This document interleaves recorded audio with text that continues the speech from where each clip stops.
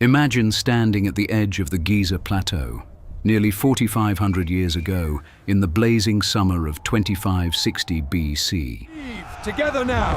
1, 2, pull! The air smells of stone dust and sweat. 20,000 human beings are moving around you, shouting, hauling, chanting in rhythm. Ropes thick as a man's forearm are pulled so taut they hum like guitar strings in a sandstorm. Pull! Keep the rhythm! All together. An enormous limestone block, weighing more than 15 fully grown elephants, is creaking inch by inch up a massive wooden sledge, dragged across a track of wet clay and timber rollers by a team of 200 straining men. You can hear the foreman's voice cutting through the noise, sharp, precise, unyielding, calling the pull in time with a rhythmic clapping. Dust rises in billowing clouds that the desert wind carries south toward the horizon. And above you, towering in terraces of pale white limestone that still gleam in the morning sun, rises something the world has never seen before. Something that would take the word impossible and permanently remove it from the Egyptian vocabulary. Something that would stand perfectly for more than 4.5 millennia and still be standing today. Welcome to Mystique History. Have you ever wondered who actually built the Great Pyramids? How they did it without a single crane or power tool? And what the daily life of those workers really looked like? Let me explain. To understand the pyramids, you first have to understand the world they were born into. Move the jars to the third row. Ancient Egypt in the 26th century BC was not a struggling civilization. It was the most sophisticated, most organized, and arguably most confident society on the planet. The pharaoh was not merely a king in the way we understand kings today. He was a living god, a divine force walking between two worlds, the mortal and the eternal. When he passed from this life, the Egyptians believed the stability of the entire universe hung in the balance. The sun might not rise. The Nile might not flood. Crops might fail. Stars might fall. Building the pharaoh's eternal resting place was not simply a construction project. It was a cosmic obligation. And the man at the center of the greatest of those obligations was Khufu. Khufu, also known by his Greek name Cheops, ascended the throne of Egypt in approximately 2589 BC, likely in his early to mid-20s. He was the son of Pharaoh Sneferu, a ruler who had himself built 3 pyramids, essentially inventing the smooth-sided pyramid form through spectacular trial and error. But if we maintain the consistent slope, the stresses are even. Sneferu's bent pyramid, rising on the desert plateau at Dashur, tells the whole story of that process. Halfway up the structure, the angle of inclination shifts suddenly, steeper to shallower, because the engineers realized mid-construction that the original angle was too ambitious. Reduce the incline immediately, or it will collapse. The pyramid was literally bending under its own weight. We have learned from the angled one, great king. Sneferu corrected, learned, and built again. Ensure this design is followed exactly. By the time Khufu inherited the throne, Egyptian engineers had already wrestled with the physics of pyramid building for 2 full generations. These records from Madam show the casing failed. They had made the mistakes. They had studied the failures. Shows the mid-course correction. This ramp design is inefficient. We must revise. And Khufu, young, ambitious, and in possession of what was arguably the most competent royal administration in the ancient world, decided it was time to do it right. High architect. It shall be achieved, my lord. Perfectly right. He chose the Giza plateau. The reasons were both practical and deeply symbolic. The site sat on a natural elevation of hard limestone bedrock, ideal for supporting an unimaginable weight. The Nile's western bank, traditionally associated with the realm of the deceased and the setting sun, was directly accessible. And a now vanished branch of the Nile, which Egyptologists refer to as the Khufu branch, ran close enough to the site to serve as a highway for the millions of tons of stone that would need to be delivered from quarries across Egypt. The angle here must match the scroll precisely. Check the plumb box. Khufu's chief architect, a man named Hemiunu, who was also the pharaoh's nephew, surveyed the terrain with copper instruments and stretched cords. He and his team leveled the entire 13-acre base to within a fraction of an inch, a feat of precision so remarkable that modern engineers, equipped with laser levels and satellite measurements, still cannot fully explain exactly how it was done. The base of the Great Pyramid deviates from perfect level by less than 2 centimeters across its entire span. Let that sink in.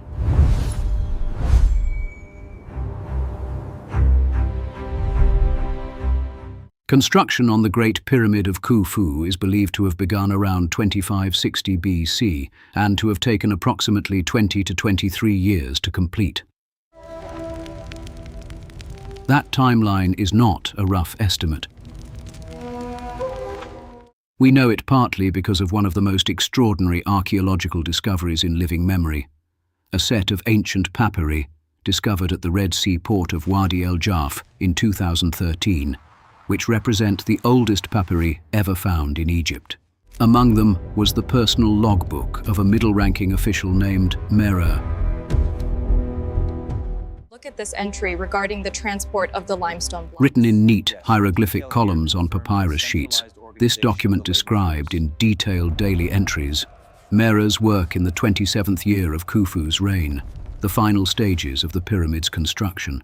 Marouard supervised a team of approximately 200 men whose specific job was to transport the fine white Tura limestone, used for the pyramid's gleaming outer casing, by boat along the Nile and through a network of purpose-built canals directly to the construction site at Giza. The journey, according to Marouard's own careful notes, took between 2 and 3 days each way. Now let's talk about where this stone came from, because the logistics alone are staggering enough to reshape your entire understanding of what ancient civilization was capable of. The core limestone blocks, roughly 2.3 million of them, each weighing between 2 and 15 tons, were quarried directly from the Giza plateau itself, from a massive excavation area still visible south of the Great Pyramid today. But the fine white casing stones came from Tura across the river. The enormous red granite blocks used for the king's chamber and its stress-relieving architecture above came from Aswan, nearly 900 kilometers to the south. The wooden sledges and rollers required to move all of this material were assembled from Lebanese cedar because Egypt had almost no usable timber of its own. Bring the next beam forward. Copper tools for cutting limestone came via the Sinai Peninsula. Egypt was not just building a pyramid. Egypt was running what was essentially a transcontinental supply chain in the 26th century BC, with zero telecommunications and zero mechanized transport. Record it and clear the space for the copper. The workforce that made this possible was, for a long time, wildly misunderstood. It took them 20 years just to build the causeway. The ancient Greek historian Herodotus, visiting Egypt roughly 2,000 years after the pyramids were completed, wrote that Khufu forced enslaved people to build his tomb under brutal conditions. That story stuck. It stuck so hard that Hollywood spent the better part of the 20th century reinforcing it with sweeping cinematic scenes of whip-cracking overseers and suffering masses in chains.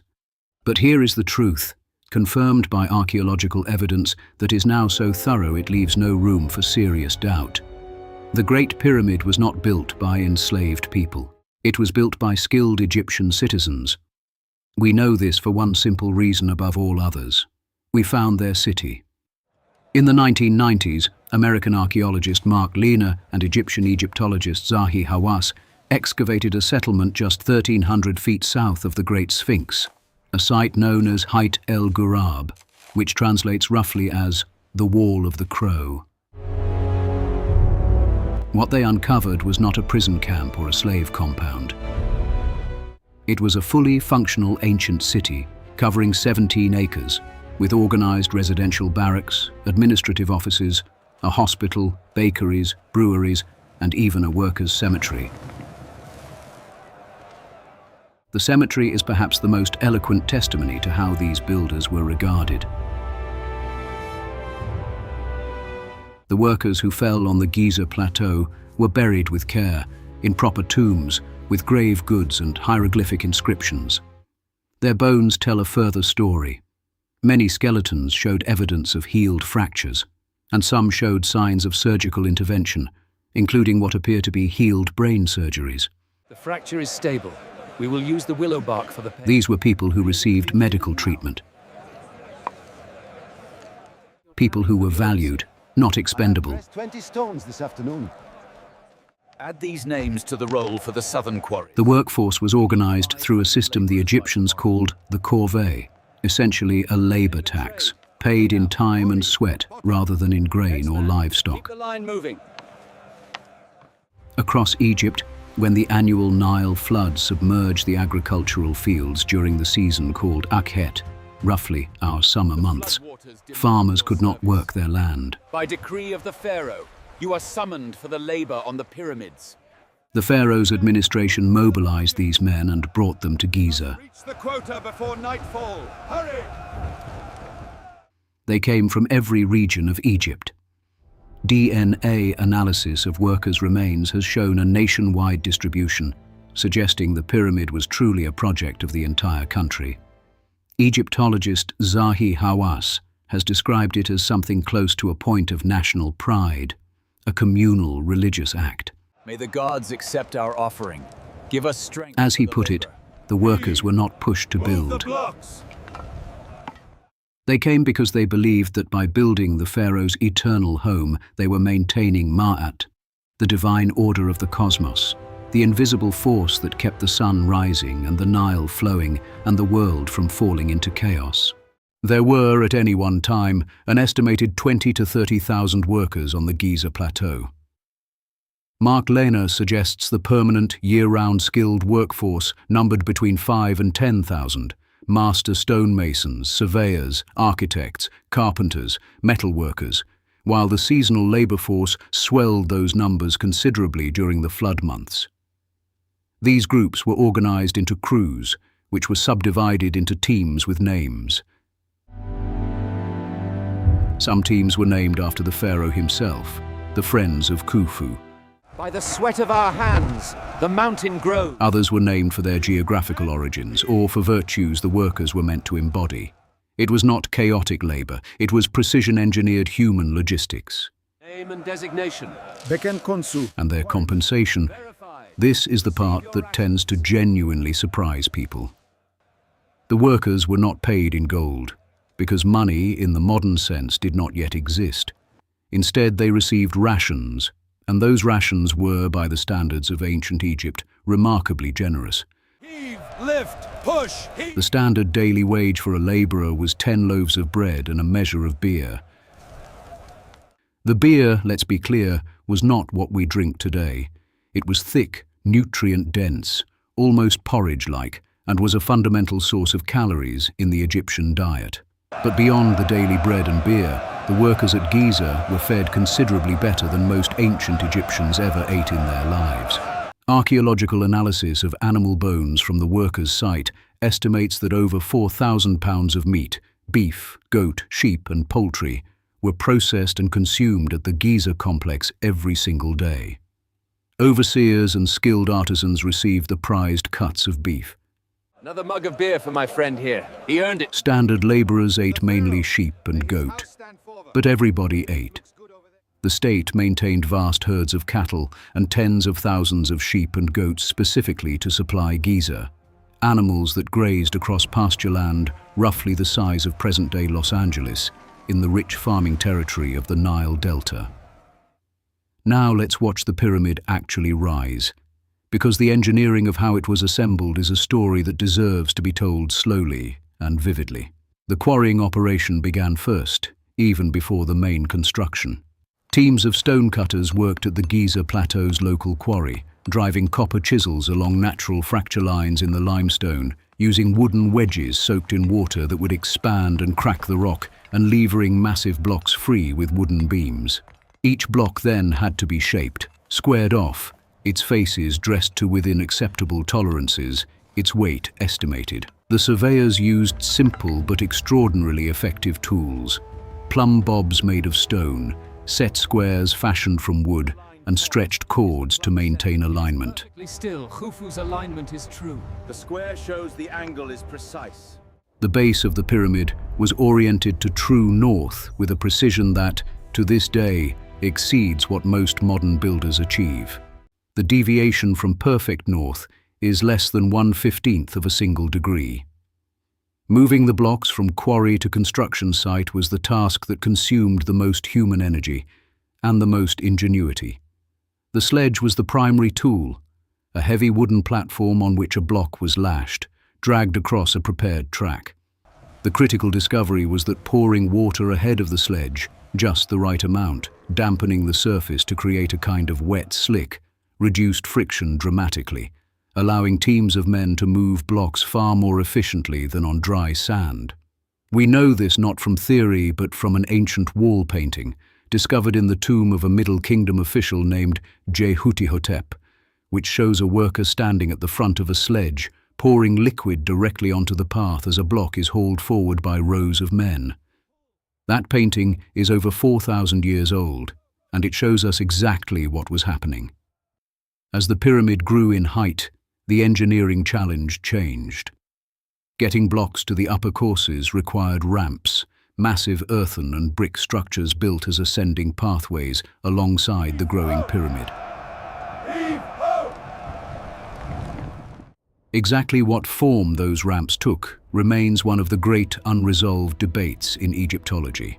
Some researchers argue for a single straight external ramp, others for a zigzagging ramp that spiraled around the pyramid's exterior. French architect Jean-Pierre Houdin has proposed, through a fully engineered computer model, that a large external ramp was used for the lower levels, while an internal spiral ramp built inside the pyramid's own mass handled the upper courses.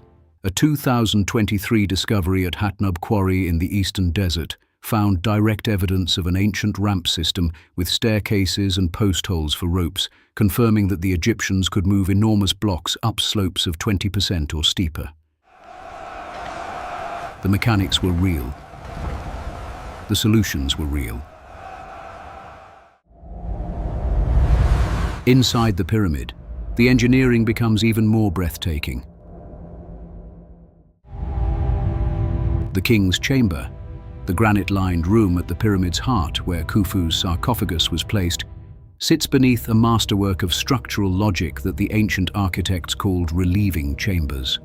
5 hollow spaces stacked above the chamber's ceiling, the topmost with a pointed gabled roof of enormous granite beams, collectively redirect the millions of tons of stone pressing down from above around the chamber walls rather than through its ceiling. This design has kept that ceiling intact for 4,500 years. The chamber's walls are constructed of red granite blocks that were quarried in Aswan, floated 900 kilometers north on the Nile, and somehow maneuvered, without cranes, without iron, into their final position deep inside a pyramid that was still being built around them. Steady now, heave. The daily life of the workers moved to rhythms that mixed the brutal with the mundane. A typical morning began before sunrise. The plateau was alive with the sound of copper striking stone and the low groan of ropes under tension. Incoming shift, move to the eastern ramp. Outgoing ship. Workers were organized into shifts, rotating every 3 to 4 months, so the human machinery at Giza was perpetually refreshed with new arrivals. Secure the linen tightly around the wood. Steady now, the traction must be... Those who were injured, and injuries were common, compressed vertebrae, fractured limbs, missing fingers, were treated in the settlement's medical center. Look at the remodeling here. This wasn't just survival, this was high quality. Healed bones found in the workers' cemetery prove that some of the most seriously injured men survived their wounds and continued living within the community. Here, friend, drink. They were not discarded. The highest skilled workers, the master masons, the surveyors, the foremen, lived in larger quarters and were buried on the upper slopes of the workers' cemetery in proper stone mastabas. General laborers lived in long gallery-style dormitories and were buried in simpler mud brick tombs lower down. The hierarchy was real, visible and permanent. But even at the bottom of that hierarchy, a man who built the pyramid could look forward to a tomb near the gods. What makes the Giza pyramids genuinely astonishing is not the individual blocks, impressive as they are. It is the accumulated precision. The Great Pyramid's base covers 53,000 square meters. Its four sides differ in length by less than 8 centimeters from perfectly equal. Its corners are almost exactly 90 degrees. Its passages align with stars that the Egyptians connected to the journey of the pharaoh's soul to the afterlife. And after 23 years of relentless construction, 20,000 workers, millions of blocks, rivers of beer, mountains of bread, years of sand and stone and heat and muscle, Khufu's workers put the final capstone in place. Then, according to the inscriptions that have survived to us, they celebrated.